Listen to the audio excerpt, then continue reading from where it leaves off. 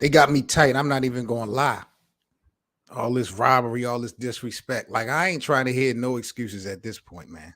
I'm just going to keep it real with y'all. Like, all the talk about what the reports are saying afterwards and all these analysts and referees, it don't matter. If you ain't going to change the wins and losses, God damn it, don't talk to me about it.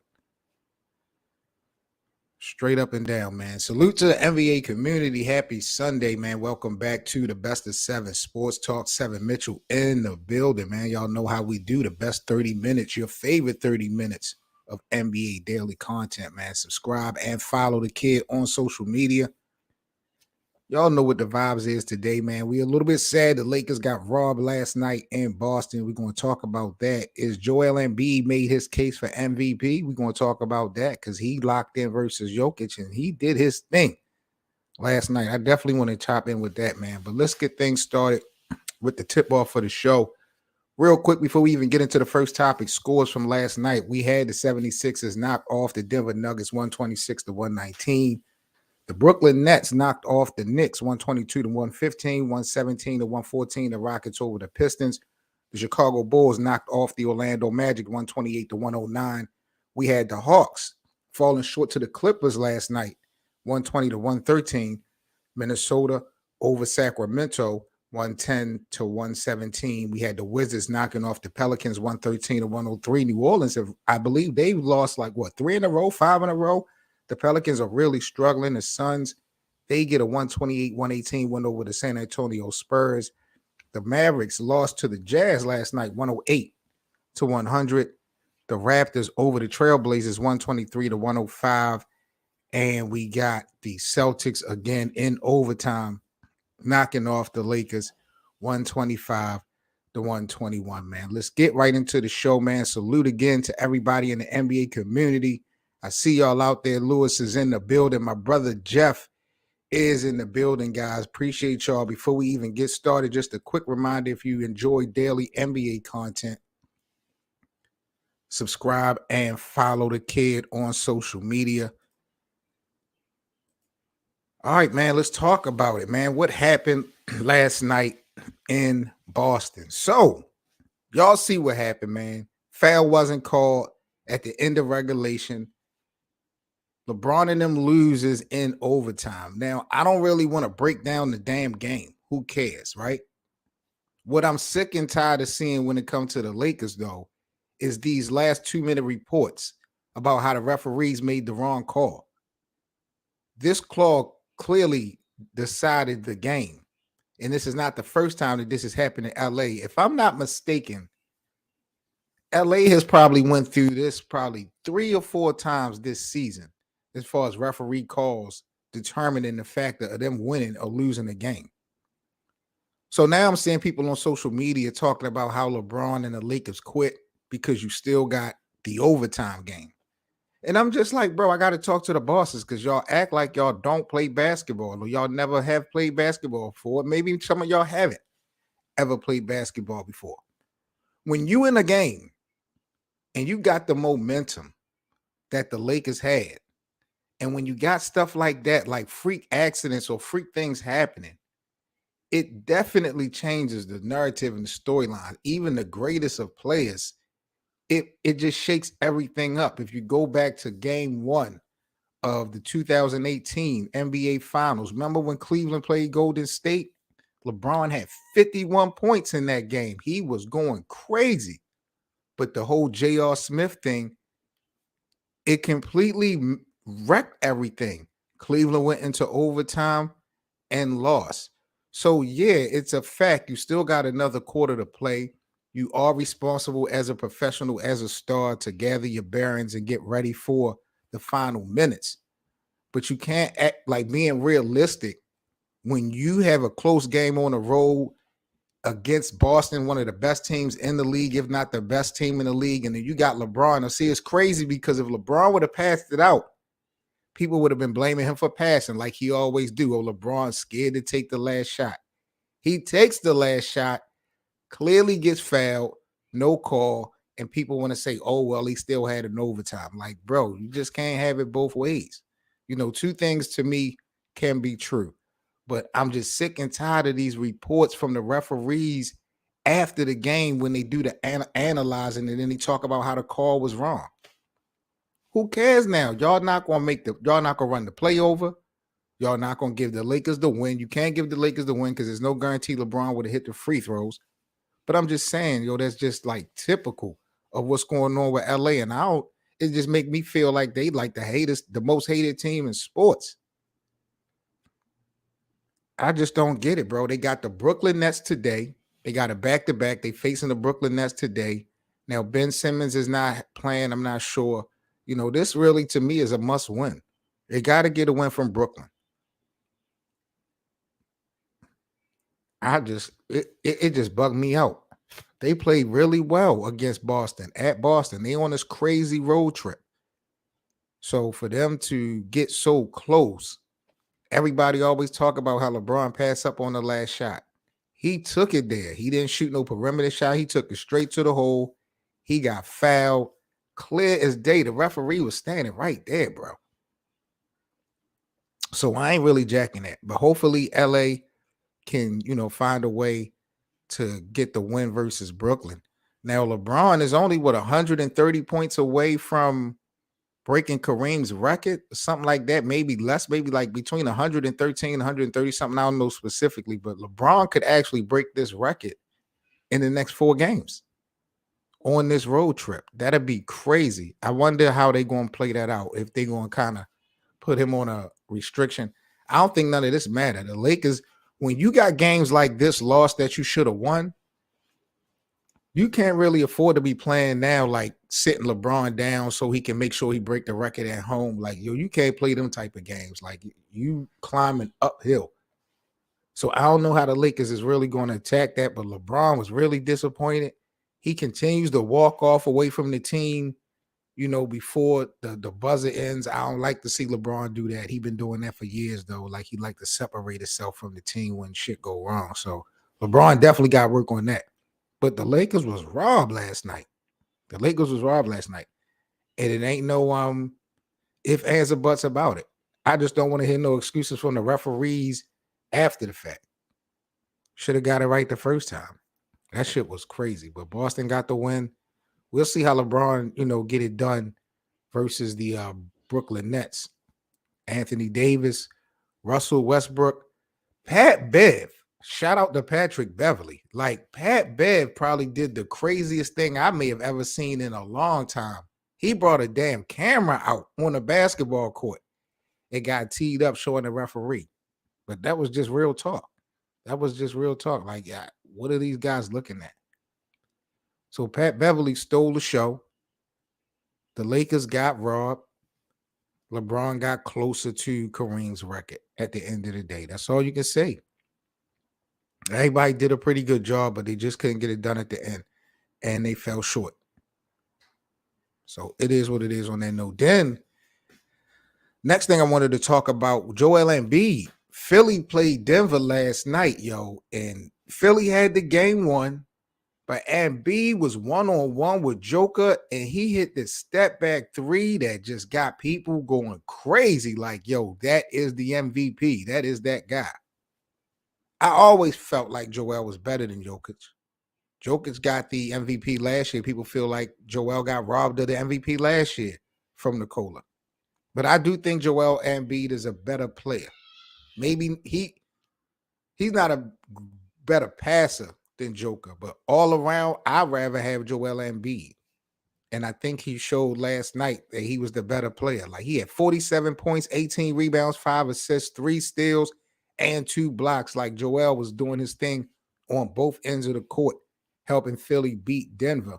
Denver's struggling, you know what I'm saying? And I look at them, even though they are struggling, if they are healthy, the Nuggets are still a playoff team in the Western Conference.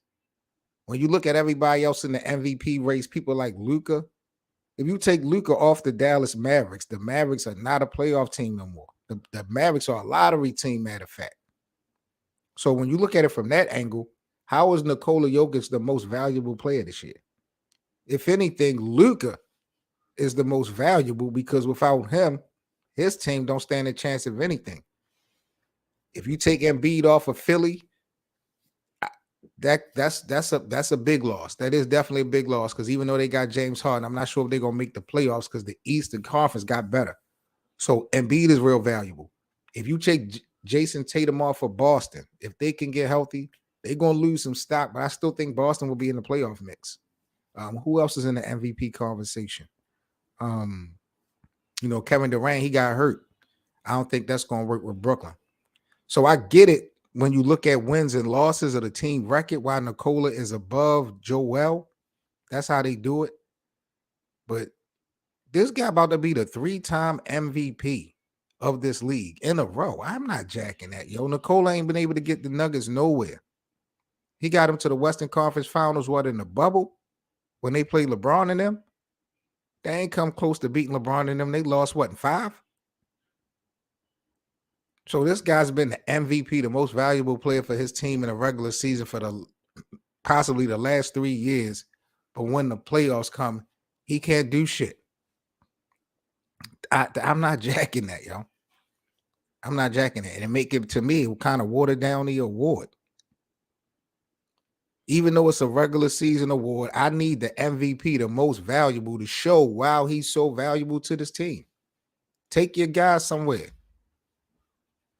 So I don't know. Still up for grabs. I think at the end of the day, they will give it to Jokic because Denver probably will end up with a better record than Philly. But if Philly had the same record or was number one in the East and Denver was number one in the West, yeah, I'm going with Joel. Just like last year. Ain't nothing changed. I'm going with Joel. And they still got a lot of basketball to play, but man, Joel was out of his mind last night. He was the third player since 1975 to put up those numbers that I talked about earlier or better in a game. In December, Joel is averaging 39 points a game, 10 rebounds. He's shooting 61% from the field and 54% from the three-point line. This is your big man. This is your center doing his thing.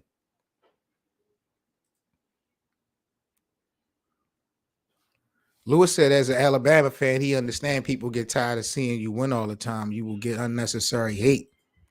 I mean, Alabama, at least they win championships.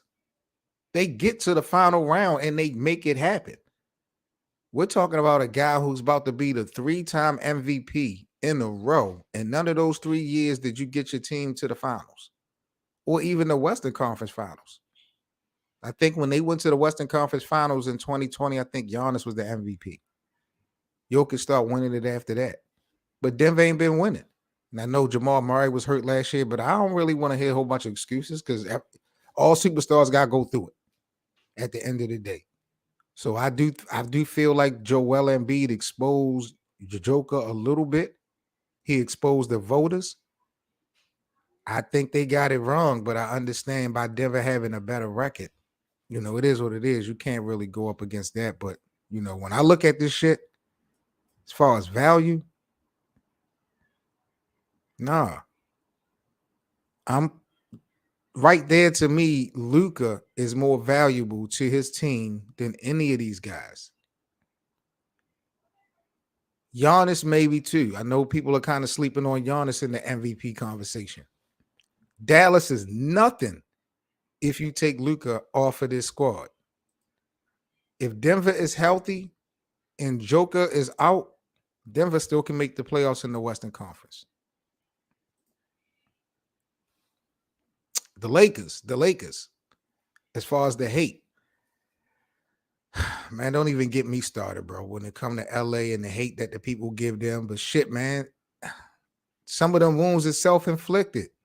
I ain't talking about the guys on the court, but I'm talking about guys like Rob Pelinka, like the decisions that's being made or not being made. This roster is terrible. They ain't surrounded LeBron with no shooters for the last 2 to 3 years. So it's like these niggas are sabotaging LeBron's legacy. I don't know what the Lakers are doing in the front office.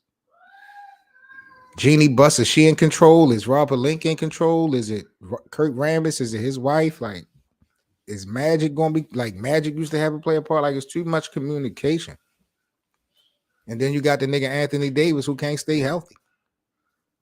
So the Lakers going to get hate regardless because they one of the most polarizing teams in sports. They with arguably the greatest player, LeBron. You already know the hate that come with that. But them guys are trying a little bit to get some shit going for what they got on the court as far as the players go. But it's shit gonna be a real uphill climb, bro. I'm gonna keep it real.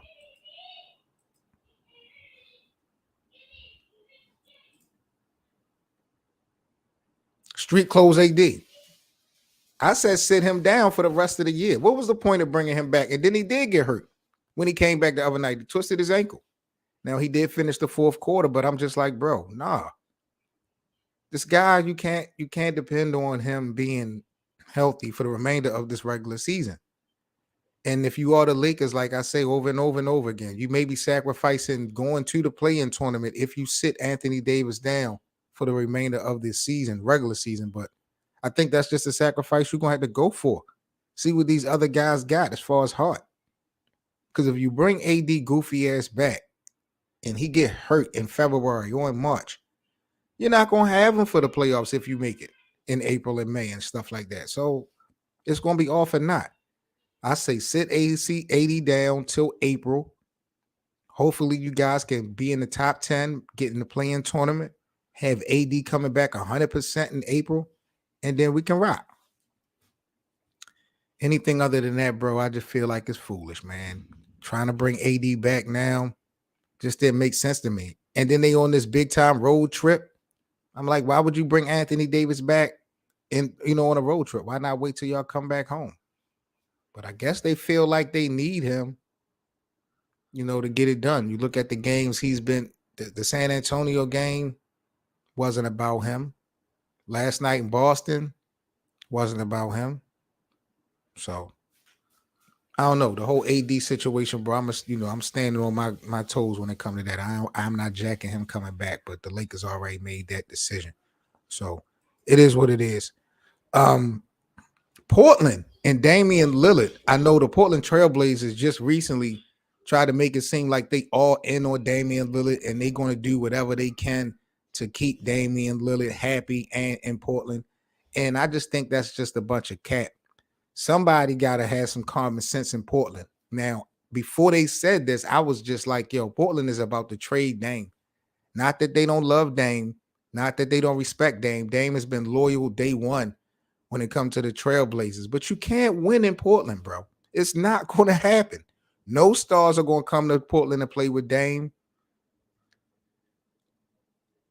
I feel like he watched Giannis win that championship in this whole super team Big Three era, and I feel like Dame really thought he could do the same damn thing in Portland, bro. He is bugging. I mean, I really got to talk to the bosses about Damian Lillard. He had his opportunity to play with LeBron. He had an opportunity to link up maybe with Kawhi and them down in the Clippers. Like, Damian Lillard right now should be in position to try to win a championship on the real. Being loyal to Portland, everybody already know what it's about with you and loyalty, bro, and it's all good. But you know what I'm saying? When you looking at all the other point guards in the league, that's superstars and stars around Damian Lillard, we're not talking skill set. Steph got rings. Kyrie got rings. You know what I'm saying? Like, Ja Morant is moving on up. Like, Damian Lillard need to put himself in position to win now. I don't know what they thinking about. You know what I'm saying? Like I said, like, even if Portland had the money to go out and get people, I just don't think that's an attractive market to a lot of superstars in the NBA. Whoever wanted to say they was, intrigued to go to Portland and play for a substantial amount of time, I just don't see it happening, bro. And I feel like knowing that and respecting Dame, I would have thought, Portland would have came to him eventually like, look, we're just going to let you go. Where do you want to go? Because, we can't bring nobody in to help you. Even if they want to help Dame, who's out there available? You know what I'm saying? Like, I just don't, I'm not really jacking it. And Damian seemed to be stuck in his ways. He feel like he can get it done in Portland. Your best opportunities when you had CJ and Carmelo Anthony, and you really still didn't have a real chance of winning the championship back then if we were going to keep it a buck. So I look at Damian Lillard, when we talk about skill set, he one of the best players we got. But the decision making of Damian Lillard, bro, is bugging me out every year. He's so committed to what? I just don't get it, bro. I just feel like either he need to go ahead and demand a trade, which it don't seem like it's going to happen, or the Trailblazers as an organization might as well just smarten up and just let him go and try to figure things out, bro, because they're not going to never win a championship with Damian Lillard, bro. It's just not going to happen. There's no way in the world. The only way I could see that, like, it's just not going to happen. How can Anthony Davis reroute his way to Portland? Like, that don't even seem realistic, but that's the only, like, and again, AD ain't available. You know, the biggest ability to have is availability, and you can't depend on this man doing no 82-game season. So I don't really know what's up with Dame. I don't really want to shit on Damian Lillard, but you know, I just feel like Portland need to go ahead and start initiating some trade talks, getting him out of there. Because you niggas ain't winning in Portland. Never, ever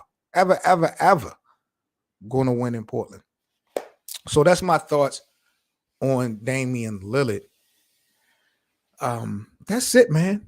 Not too long, man. I just want to be brief. I just wanted to come at y'all earlier today, man, and chop it up with y'all and give my thoughts on that robbery last night in Boston, man. That shit was crazy.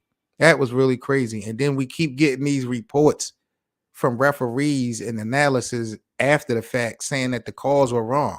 This is like the third, fourth game that the Lakers have experienced where a referee call was wrong and it could have changed the projection of the win or loss. If the Lakers had those wins, I think they'd be playing over 500 and they'd probably be in the top 10. So if you're not going to change the final decisions at the end of the day, I just feel like it don't even matter, gang. It really don't. But we'll see how it play out with the Lakers trying to get the win versus the Brooklyn Nets, man. Just another quick reminder, guys, if you are into daily NBA content, make sure you subscribe and follow me everywhere on social media, 24/7, 365. Y'all already know the vibes. When we talk about this thing we love called basketball, stay safe and all that, man. Y'all have a good Sunday. I'll catch you guys tomorrow morning, 9 o'clock a.m. Eastern, here on the Best of 7 Sports Talk. Y'all stay safe, and I'll holler at y'all tomorrow, man. I'm out. Peace.